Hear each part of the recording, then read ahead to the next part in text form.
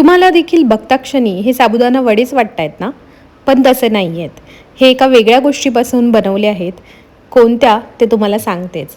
Healthy पद्धतीने लहान मुलांसाठी बनवायचं म्हणून मी यात एक सिक्रेट आणि हेल्दी इन्ग्रेडियंट ॲड केला आणि तो म्हणजे रताळे. 2 रताळे स्वच्छ धुवून उकडून घेतले, त्याची सालं काढून घेतली आणि अगदी अर्धे वाटे साबुदाणा घेतला आहे आणि त्यामध्ये 2 मोठी रताळे मी कुस्करून ॲड केली.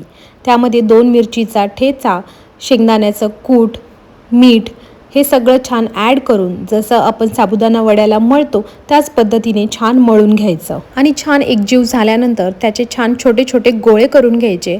कारण हे वडे आपण तळणार नाही आहोत तर अप्पे पात्रामध्ये बनवणार आहोत. छोटे छोटे वडे बनवल्यानंतर अप्पे पात्राला छान तूप लावून घ्यायचं आणि त्यामध्ये हे वडे टाकून घ्यायचे. अगदी जसे आपण अप्पे बनवतो त्याच पद्धतीने, फक्त थोडा जास्त वेळ लागतो कारण की आपण हे तळत नाहीये, म्हणून थोडंसं छान फ्राय होऊ द्यायचं.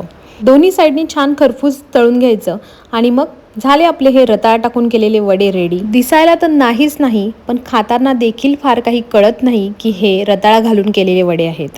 सो मुलांना देण्यासाठी किंवा इनफॅक्ट मोठ्यांना सुद्धा, उपवासाला सुद्धा हे काहीतरी वेगळे म्हणून नक्की तुम्ही ट्राय करू शकता.